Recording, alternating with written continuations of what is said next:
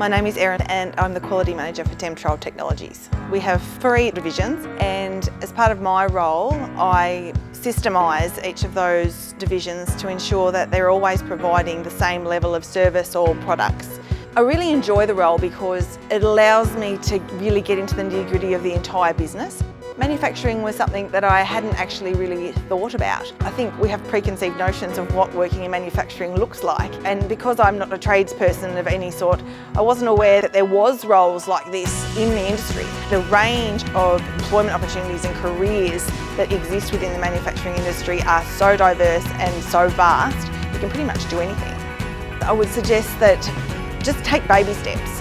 Don't expect to get where you want to go straight away, but if you just keep working towards things, doing activities that develop you further, you will eventually get there.